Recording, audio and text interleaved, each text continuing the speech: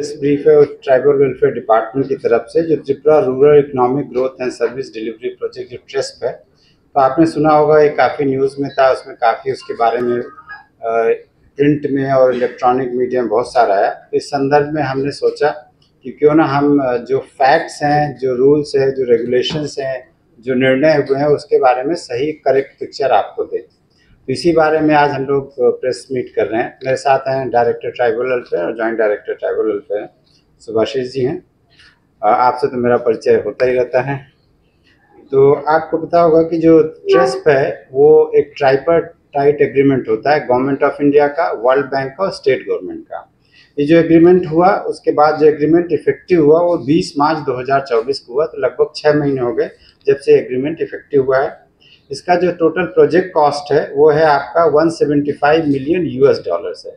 उसको जिस समय ये नेगोशिएट हुआ एग्रीमेंट, उसके हिसाब से अगर कन्वर्ट करें तो लगभग 1400 करोड़ रुपए का प्रोजेक्ट कॉस्ट आता है। इसमें से 80% वर्ल्ड बैंक की तरफ से लोन होता है, जिसका टोटल वैल्यू होगा 1120 करोड़, और साथ में करीब 20% स्टेट गवर्नमेंट का कंट्रीब्यूशन होता है, जिसकी टोटल कॉस्ट होगी 280 करोड़ रुपए।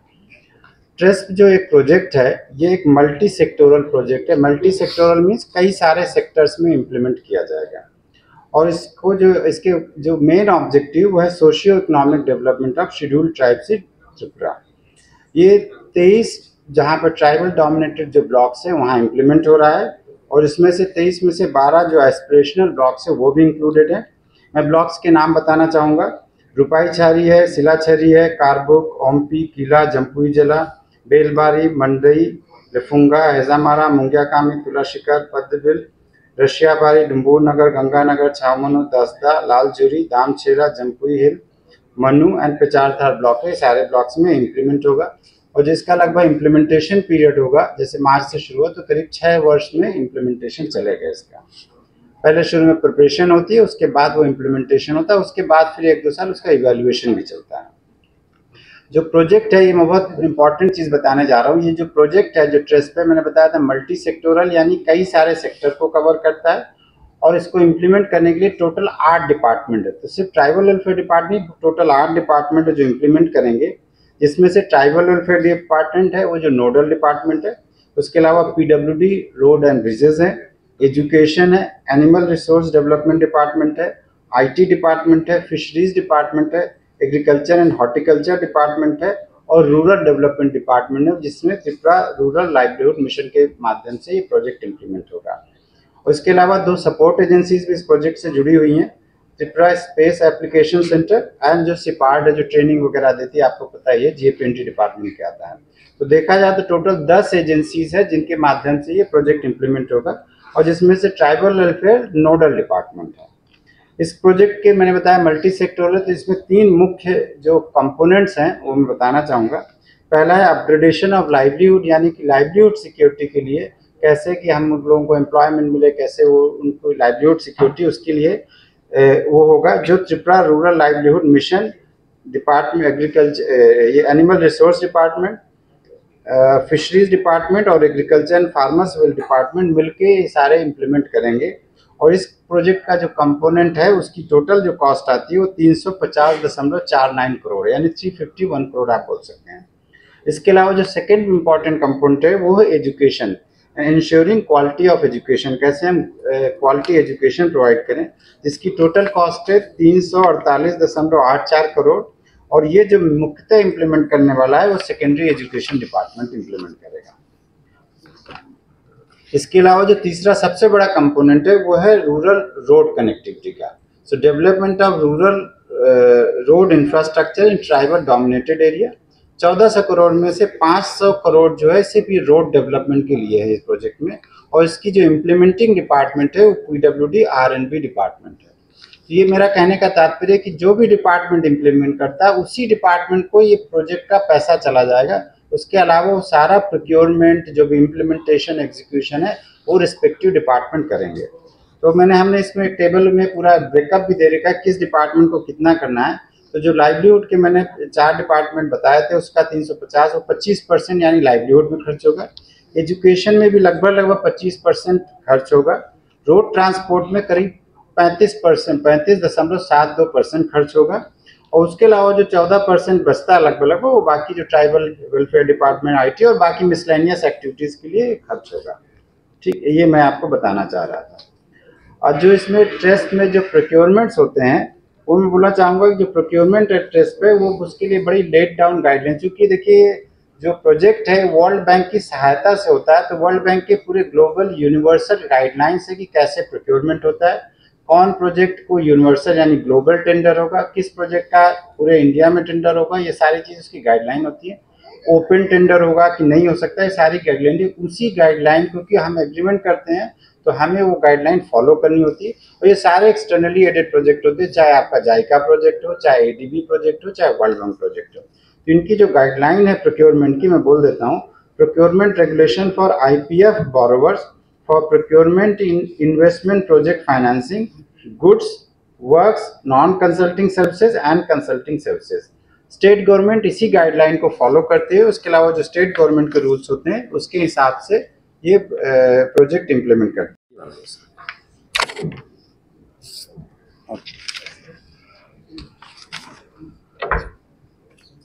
বলেছেন যে ট্রাস্ট যে প্রজেক্ট ত্রিপুরাতে রূপায়িত হচ্ছে তার মূলত তিনটি কম্পোনেন্ট রয়েছে বা ভার্টিক্যাল রয়েছে, সেক্টর রয়েছে, যেটার মধ্যে প্রথম হচ্ছে road and transport.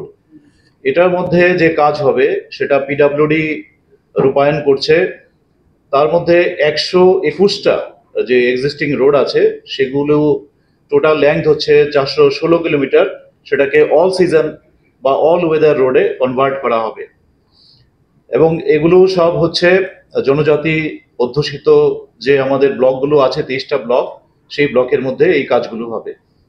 Developing road asset management system RAMs for better management, এটা আমাদের পার্শ্ববর্তী রাজ্য আসামে রয়েছে, সেই রকমের একটা সিস্টেম আমরা ডেভেলপ করতে চাইছি।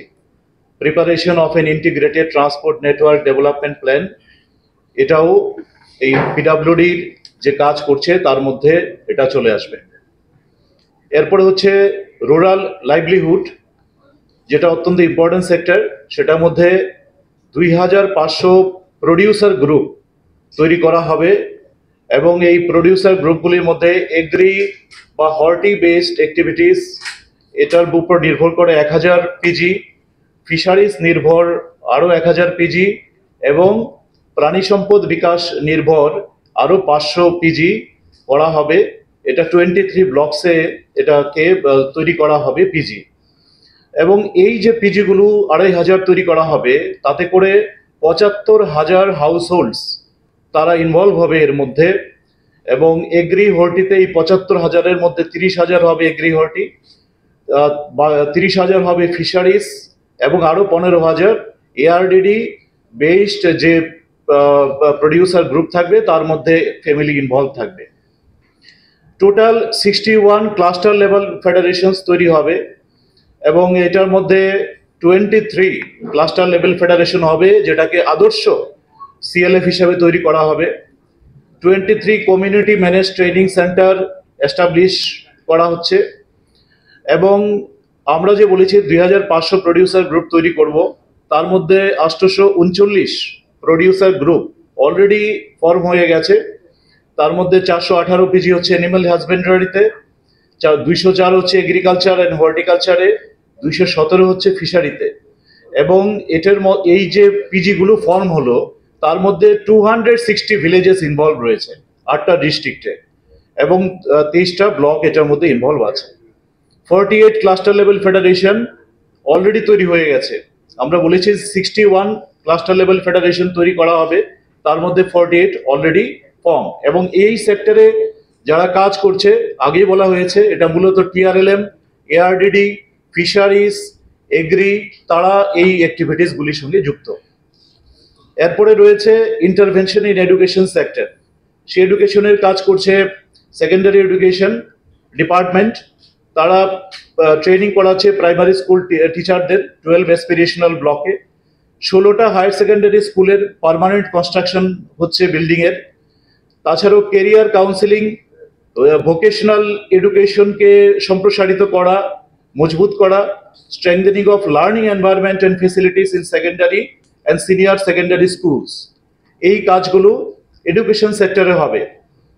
এবং এরপরে যেটা আসছে যে এই যে ট্রাস্ট প্রজেক্ট তার মধ্যে থেকে যে সার্ভিসেসগুলো দেওয়া হবে সেই সার্ভিস ডেলিভারিটাকে স্ট্রেংথেন করার জন্য কতগুলো কাজ করা হবে।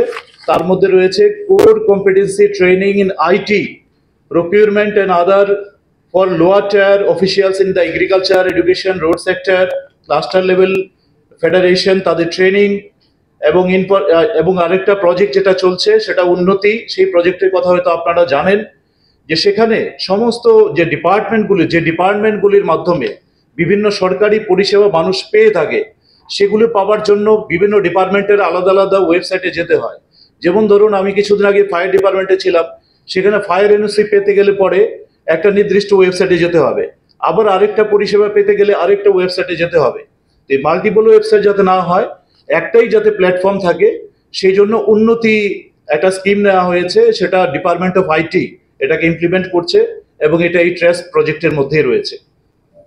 এবারে হচ্ছে যে এমপ্লয়মেন্ট অপরচুনিটি, যে কর্মসংস্থানের সুযোগ কিভাবে তৈরি হবে।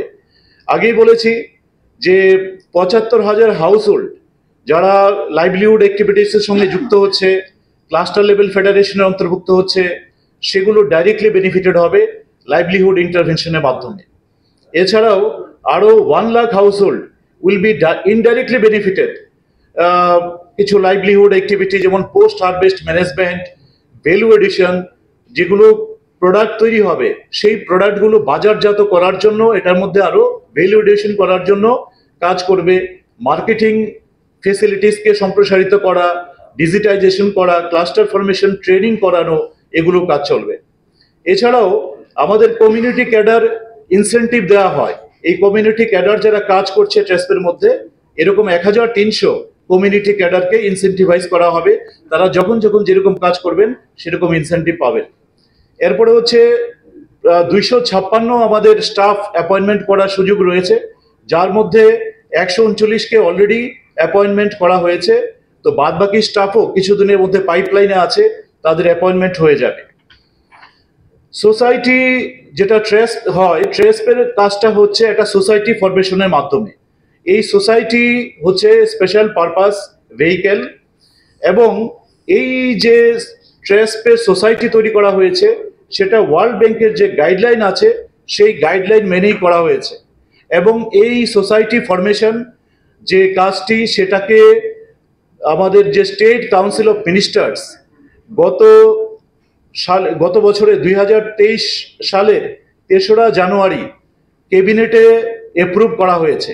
এই ট্রাস্টের যে পুরো প্রজেক্ট, তার যে প্রজেক্ট ইমপ্লিমেন্টেশন প্ল্যান, তার মধ্যে যে এখানে কোশ্চেন উঠতে পারে যে ট্রাস্টের কাজ কেন সরাসরিভাবে দপ্তর করছে না, ট্রাস্টের কাজ কেন সোসাইটি ফরমেশনের মাধ্যমে করা হচ্ছে। তো সেখানে আমরা একটা টেবিল দিয়েছি, সেখানে দেখবেন যে ওয়ার্ল্ড ব্যাংকের বা এক্সটার্নালি এইডেড যে প্রজেক্টগুলো আছে, সেটা স্যার অনেকগুলি প্রজেক্টের কথা অলরেডি বলেছেন, আইজিডিসি প্রজেক্টের কথা বলেছেন, জাইকা প্রজেক্টের কথা বলেছেন। এখানে আমরা এরকম অনেকগুলো প্রজেক্টের নাম দিয়েছি যেগুলো ওয়ার্ল্ড ব্যাংক এইডেড প্রজেক্ট, এবং সেগুলো সবগুলো হচ্ছে যে কোনো না কোনো সোসাইটি ফরমেশনের মাধ্যমে হয়েছে। যেমন স্ক্যাট ফার্ম প্রজেক্ট, সেটা Tripura sustainable catchment forest management society এটার নাম। আইজিডিসি প্রজেক্ট, সেটা natural resource management society of Tripura.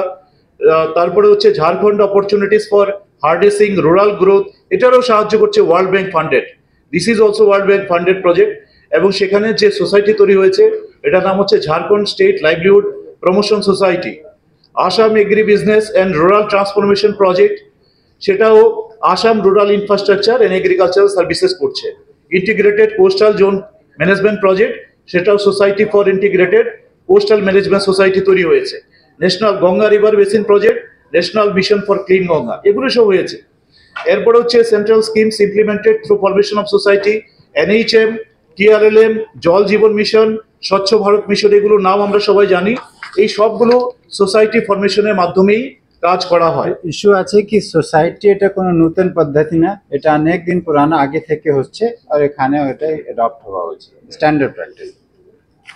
আমাদের যে ট্র্যাপ সোসাইটি রয়েছে তার দুটো বডি রয়েছে, একটা হচ্ছে গভর্নিং বডি, সেই গভর্নিং বডির চেয়ারম্যান হচ্ছেন আমাদের রাজ্যের মাননীয় মুখ্য সচিব, আরেকটা হচ্ছে এক্সিকিউটিভ কমিটি। এক্সিকিউটিভ কমিটির চেয়ারম্যান হচ্ছেন আমাদের মাননীয় সেক্রেটারি, ট্রাইবাল ওয়েলফেয়ার ডিপার্টমেন্ট। এছাড়াও এই যে কমিটিগুলো, সেই কমিটিগুলির মধ্যে রাজ্য সরকারের অন্যান্য উচ্চপদস্থ সমস্ত সরকারি আধিকারিকরা রয়েছেন। নেক্সট হচ্ছে যেটা নিয়ে প্রশ্ন আসতে পারে বা এসেছেও, যে ট্রেস্প সোসাইটি তৈরি করার পেছনে একটা কারণ কাজ করছে, যে এটাকে কন্ট্রোলার এন্ড অডিটর জেনারেলের আওতার বাইরে নিয়ে যাওয়া। তো আমি এখানে স্পষ্টীকরণ দিতে চাই যে ট্রেস্পের যেটা ফিনান্সিয়াল ম্যানেজমেন্ট ম্যানুয়াল রয়েছে, যেটা রাজ্য মন্ত্রিসভা অনুমোদন করেছিলেন, সেখানে প্যারা নাম্বার 8.1-এ স্পষ্টত বলে দেওয়া আছে যে এই যে সোসাইটির যা ফিনান্সিয়াল অ্যাকাউন্টস, যে ক্যাগ তার অডিট করবে, এবং সেখানে উপরন্তু চার্টার্ড অ্যাকাউন্টের মাধ্যমে এক্সটার্নাল অডিট এবং ইন্টারনাল অডিট মানে দুটোই করার ব্যবস্থা আছে। ইয়ারলি হবে এক্সটার্নাল অডিট, আর হাফ ইয়ারলি হচ্ছে মানে ইন্টারনাল অডিট, এগুলো চলবে। তো হাফ ইয়ারলি আর ইন্টারনালি এগুলো সব, এবং তার সঙ্গে হচ্ছে ক্যাগের অডিট। তো একটা শক্ত মজবুত অডিটিং সিস্টেমের ব্যবস্থা এখানে করা হয়েছে, যাতে করে ট্রেস্পের যে অ্যাকাউন্টস আছে সেটা সম্পূর্ণ স্বচ্ছতা বজায় থাকে। তারপর হচ্ছে যে টেকনিক্যাল সাপোর্ট এজেন্সিস, টিএসএ, সেটার মধ্যেও আমরা এখানে দিয়েছি যে আমাদের যেটা এগ্রিমেন্ট রয়েছে, যেটা সেই এগ্রিমেন্টের মধ্যেই আছে যে টেকনিক্যাল সাপোর্ট এজেন্সি অ্যাপয়েন্টমেন্ট করা হবে। এখন পর্যন্ত 12টা টেকনিক্যাল এজেন্সি ট্রেস্পে হায়ার করা হয়েছে, এবং তার মধ্যে 5টা এজেন্সি হচ্ছে ট্রেস্পের যে প্রজেক্ট ম্যানেজমেন্ট ইউনিট রয়েছে তারা করেছে। বাদবাকি যে 7টা এজেন্সি রয়েছে, সেই 7টা এজেন্সি আমাদের যে বিভিন্ন ডিপার্টমেন্টগুলো যারা ট্রেস্পের বিভিন্ন দিকটাকে রিফাইন করছে, তারা সরাসরিভাবে তারা সেই টিএসএ গুলিকে অ্যাপয়েন্টমেন্ট করেছেন। একটা জিনিস খেয়াল রাখতে হবে যে ট্রেস্প হচ্ছে তার ইনিশিয়াল স্টেজে।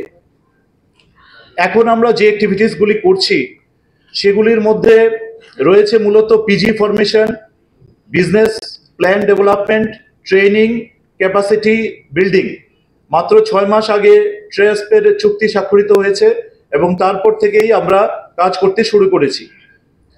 টিএসএ যেটা আছে, টেকনিক্যাল সাপোর্ট এজেন্সি, আপনারা যদি এই টেবিলটা দেখেন তাহলে দেখবেন যে আমাদের রাজ্যে ট্রেস প্রজেক্টকে বাস্তবায়ন করার জন্য যতটা টেকনিক্যাল সাপোর্ট এজেন্সি হায়ার করা হয়েছে, সেটার নাম্বার তুলনামূলকভাবে অন্যান্য স্টেটে এই ধরনের প্রজেক্টে, ওয়ার্ল্ড ব্যাংক ফান্ডেড প্রজেক্টে যতগুলো টেকনিক্যাল সাপোর্ট এজেন্সিকে হায়ার করা হয়েছে তার তুলনায় সংখ্যাগতভাবে এটা কম। যেমন আসামে করা হয়েছে 23টা, মেঘালয়ে 150 কোটি প্রজেক্টের জন্য করা হয়েছে 13টা। আমাদের এখানে দেখুন Tripura rural economic growth and service delivery project সেটা 175 মিলিয়নের প্রজেক্ট, ইউএসডি মিলিয়ন। সেই 175 মিলিয়নের প্রজেক্টের জন্য আমরা 12টা টেকনিক্যাল সাপোর্ট এজেন্সি হায়ার করেছি। ওয়ারেস আপনি যদি কম্পেয়ার করেন তাহলে দেখবেন যে ঝাড়খণ্ডে সেখানে 143টার জন্য 9টা করে নিয়েছে। মেঘালয়ে আমাদের থেকে কম, আমাদের হচ্ছে 175 ইউএসডিতে মিলিয়নে, আর মেঘালয় হচ্ছে 150 মিলিয়ন ইউএসডি, সেখানে করেছে 13টা করে নিয়েছে, আমাদের থেকে একটা বেশি। তাহলে পরে যদি আপনি তুলনা করেন তাহলে দেখবেন যে আমাদের এটা সংখ্যা কম। এরপরে হচ্ছে আমাদের চলে যাচ্ছি যেটা মানব সম্পদ, হিউম্যান রিসোর্স ট্রেস্পের মধ্যে। সেখানে আমাদের যেটা স্ট্রাকচার রয়েছে, সেখানে আমাদের একটা সেন্ট্রাল প্রজেক্ট ম্যানেজমেন্ট ইউনিট রয়েছে কোঅর্ডিনেশন করার জন্য। স্যার যেরকম বলেছেন, ট্রাইবাল ওয়েলফেয়ার একটাই কাজ করে, সেটা হচ্ছে বিভিন্ন যে ইমপ্লিমেন্টিং দপ্তরগুলো আছে সেটার মধ্যে সমন্বয় সাধন করা। সেটার জন্য একটা পিএমইউ রয়েছে, এবং বিভিন্ন ডিপার্টমেন্টগুলি 7টা ডিপার্টমেন্ট আমাদের রয়েছে যারা প্রজেক্ট ইমপ্লিমেন্টেশন করছে, তাদের প্রত্যেকের একটা প্রজেক্ট ইমপ্লিমেন্টেশন ইউনিট একটা করে রয়েছে। এছাড়াও আমাদের ডিস্ট্রিক্ট প্রজেক্ট ম্যানেজমেন্ট ইউনিট রয়েছে, এবং ব্লক প্রজেক্ট ম্যানেজমেন্ট ইউনিট 23টা রয়েছে। হিউম্যান রিসোর্স আমরা হায়ার করেছি কন্ট্রাক্ট বেসিসে, সবগুলোই স্বচ্ছতার সঙ্গে করা হয়েছে, ওপেন টেন্ডারের মাধ্যমে করা হয়েছে, হিউম্যান রিসোর্স এজেন্সির মাধ্যমে এটাকে করা হয়েছে। আমাদের 139 জন এখন পর্যন্ত অ্যাপয়েন্টেড হয়েছে, ইম্পর্টেন্ট জিনিস, এটা গুরুত্বপূর্ণ জিনিস, শুনতে হবে। একটা প্রশ্ন যেটা এসেছিল যে এটা বিধানসভায় উত্থাপিত হয়েছিল যে বাইরের লোক এসে চাকরি নিয়ে যাচ্ছে। তো 139 যে আমাদের এখন পর্যন্ত রিক্রুটমেন্ট রয়েছে তার মধ্যে মাত্র 5টা স্পেশালিস্ট এবং এক্সপার্টের পোস্ট, সেটার মধ্যে আমাদের রাজ্যের বাইরে থেকে লোকেরা আছেন। আর বাদ বাকি যে 134, সেই 134 রয়েছেন আমাদের রাজ্যের ভেতরেরই ছেলে মেয়েরা, আমাদের রাজ্যের লোকেরাই। এবং সেখানে যে 5টা বাইরের থেকে রয়েছেন, এটার মধ্যেও কেন রয়েছেন, কারণ এই পোস্টগুলি হচ্ছে স্পেশালিস্ট এন্ড এক্সপার্ট। তার জন্য সেই পোস্টগুলিতে কাজ করার জন্য বিশেষ দক্ষতার প্রয়োজন হয় এবং বিশেষ স্কিলের প্রয়োজন হয়। যারা আগে এই ধরনের প্রজেক্টের সঙ্গে কাজ করেছেন, যারা আমাদেরকে হ্যান্ড হোল্ডিং করতে পারবেন, ওয়ার্ল্ড ব্যাংকের যে বিস্তৃত নিয়মকানুন রয়েছে তার সঙ্গে সাযুজ্য রেখে প্রজেক্ট বানাতে পারবেন, এই ধরনের লোকগুলিকেই আমরা স্পেশালিস্ট বা এক্সপার্ট হিসেবে নিয়েছি।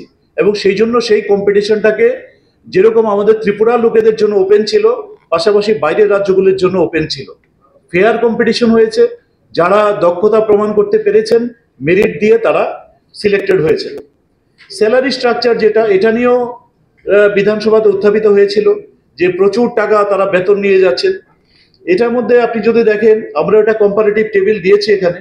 ট্রেসপের মধ্যে যারা পাচ্ছেন তাদের স্যালারি রেঞ্জ হচ্ছে 1.25 লাখ থেকে 1.5 লাখ মাসে। এইবার পাশাপাশি অন্যান্য কিছু প্রজেক্টের নাম আমি বলছি। জল জীবন মিশন, সেখানে স্যালারি রেঞ্জ হচ্ছে 2.70 লাখ থেকে 3.50 লাখ। স্বচ্ছ ভারত মিশন আরবান, সেখানে ত্রিপুরাতে এগুলো 1.75 থেকে 2.5 লাখ মাসে। আমাদের কত? আমাদের হচ্ছে 1.25 থেকে 1.5। এইবার আরো আসছে অন্যান্য রাজ্যে। মেঘালয়ে সেখানে রয়েছে 2.16, নাগাল্যান্ডে সেখানে রয়েছে 1.5, আসামে সেখানে রয়েছে 1.5 থেকে 2.1 লাখ। স্বচ্ছ ভারত মিশন সেখানে রয়েছে 1 থেকে 1.5, এবং এনআইসি গভর্নমেন্ট অফ ইন্ডিয়া সেখানে রয়েছে 3 থেকে 4 লাখ টাকা মাসে। তো সেখানে সব জায়গার মধ্যেই একই রকম কম্পারেবল স্ট্রাকচার। আমি ন্যাশনাল হেলথ মিশনেরও মিশন ডাইরেক্টর ছিলাম, সেখানে আয়ুষ্মান ভারত ডিজিটাল মিশনে 2 লাখ টাকা করে মাসে বেতন পাচ্ছে লোকেদের আমরা নিয়েছি। আমি বলে রাখি, আমাদের বেশ কিছু লোক যাদেরকে আমরা এই ধরনের বেতনেও নিয়েছিলাম, তাদের মধ্যে থেকে অনেকে ছেড়ে চলে যাচ্ছেন। যেরকম গত 3-4 দিন আগে স্মৃতি ম্যাডাম বলে একজন, উনি বলছেন যে আমি চলে যাব। আমরা এখানে এত উঁচু বেতন দিয়েও আমরা রাখতে পারছি না। আমাদের এখানে বেশ কয়েকজন ছেড়ে চলে গেছেন, তারা বাইরে বেটার অপরচুনিটি তাদের জন্য অপেক্ষা করছে। আমাদের এখানে একজন প্রদীপ ত্রিপাঠী বলে প্রকিউরমেন্ট স্পেশালিস্ট রয়েছেন, তার যে এক্সপার্টিস সেটা প্ল্যানিং ডিপার্টমেন্টেও তারা ওনার সাহায্য নিয়েছে এবং ফরেস্ট ডিপার্টমেন্টেও ওনার সাহায্য নিয়েছে প্রকিউরমেন্টের কাজে সাহায্য করার জন্য। তিনি বলছেন যে আমি থাকতে চাই না, এখন চলে যেতে চাই। তো তারা কন্ট্রাক্টে আসেন, নির্দিষ্ট পিরিয়ড কন্ট্রাক্ট পেরোবার পরে অনেকেই চলে যান। তো তাদেরকে এই ট্যালেন্টগুলিকে ধরে রাখার জন্য আমাদেরকে হায়ার স্যালারি দিতে হয়। Fund flow to trace pay এখন পর্যন্ত অনেক সময় আমরা এটা শুনতে পাই যে 1400 কোটি টাকার প্রজেক্ট, এটা সব মানে বিভিন্ন লোকেরা লুটে পুটে নিয়ে যাচ্ছে। 1400 কোটি টাকা প্রজেক্ট ঠিকই এটা, কিন্তু সেই প্রজেক্টের কার্যকাল হচ্ছে 6 বছরের জন্য, 6 ইয়ার্স। এখন পর্যন্ত আপনারা জানেন, স্যার বলেছেন যে আমরা মার্চ মাসে আমাদের চুক্তি স্বাক্ষরিত হয়েছে। মার্চের পরের থেকে এখন পর্যন্ত আমরা যে টাকা পেয়েছি সেই টাকা হচ্ছে, এই অ্যামাউন্টটা একটু শুনে রাখুন, 46.46 crore, 46 লক্ষ টাকা এই পর্যন্ত আমরা সর্বসাকুল্যে পেয়েছি। এবং তার মধ্যে 34.36 কোটি টাকা এখন পর্যন্ত আমরা খরচ করতে পেরেছি। আমাদের পারফরমেন্স যথেষ্ট ভালো। এখানে আমরা বলেওছি যে ওয়ার্ল্ড ব্যাংকের যে অ্যাপ্রেজাল মিশন, তারা সমীক্ষা করার জন্য আসেন যে আমরা কতটুকু এফেক্টিভলি কাজ করতে পারছি। ওয়ার্ল্ড ব্যাংকের ডেলিগেশন তারা এখানে এসেছিলেন এবং তারা রিভিউ করার পরে ইট ইজ নোটেড, এটা রিটেন আছে, রেকর্ডেড আছে, যে তারা আমাদেরকে এপ্রিসিয়েট করেছেন যে আপনাদের performance up to the mark. আমরা যে মাপকাঠিগুলো আপনারা নির্ধারণ করেছি টাইমলাইন ওয়াইজ, যে এই মাসের মধ্যে এটা হবে, এই সময়ের মধ্যে এটা হবে, সেই টাইমলাইন বেঞ্চমার্ক অনুযায়ী আপনাদের পারফরমেন্স যথেষ্ট ভালো, সেটা তারা রেকর্ড এটা আছে। এবার আমরা আনছি যে fund flow and expenditure status. যদি আমরা ডিপার্টমেন্ট ওয়াইজ যাই, টিডব্লিউডি যে পিএমইউ আছে, প্রজেক্ট ম্যানেজমেন্ট ইউনিট, সেখানে আমরা ফান্ড দিয়েছিলাম 11.75, খরচ হয়েছে 11.08। টিআরএলএম এ 6 কোটি টাকা দিয়েছি। তারা প্রাথমিকভাবে যে অ্যাক্টিভিটিস গুলো সেই কাজগুলি করছেন, এটা শেষ হয়ে গেলে পরেই 6 কোটি টাকা তারা খরচ করে নেবেন। এআরডিডি 1 কোটি টাকার মধ্যে 0.21 লাখ বা 21,000 টাকা অলরেডি তারা 1 crore মধ্যে 21 লক্ষ টাকা তারা অলরেডি খরচ করে নিয়েছেন। সেকেন্ডারি এডুকেশন 4.53 crore মধ্যে 4.32 অলরেডি তারা spend. Agri and horti 1 crore মধ্যে 0.94 crore তারা অলরেডি খরচ করেছেন। ইনফরমেশন টেকনোলজি 0.72 crore মধ্যে 0.55 অলরেডি খরচ করেছেন। আমি বলেছি ইনফরমেশন টেকনোলজি উন্নতি প্রজেক্টকে ইমপ্লিমেন্টেশন করছেন। পিডব্লিউডি 21.34 crore, তার মধ্যে 17.14 crore already spend. Fisheries 0.12 crore দিয়েছিলাম, 0.12 crore তারা খরচ করে নিয়েছেন। টোটাল আমরা ফান্ড সাব এলোকেট করেছিলাম এই যে ডিপার্টমেন্টগুলো সবগুলিকে মিলিয়ে 46.46 crore, তার মধ্যে এক্সপেন্ডিচার হয়েছে 34.36 crore।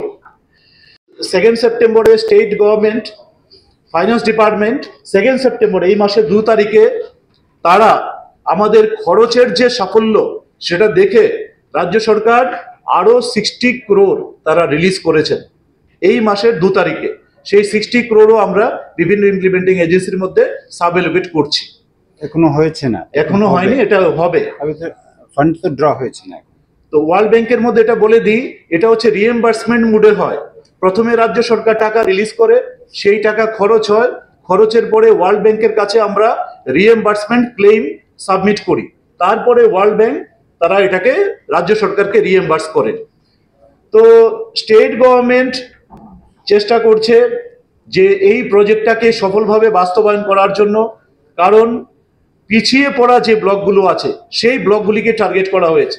যারা জনজাতি অংশের মানুষেরা পিছিয়ে রয়েছেন, তাদের যদি রোড আমরা ডেভেলপ করতে পারি, সেখানে যারা প্রডিউসার গ্রুপ তৈরি হবে, তাদের মার্কেটিং এর রাস্তা খুলে যাবে, বেটার কমিউনিকেশন ফেসিলিটি তৈরি হয়ে যাবে।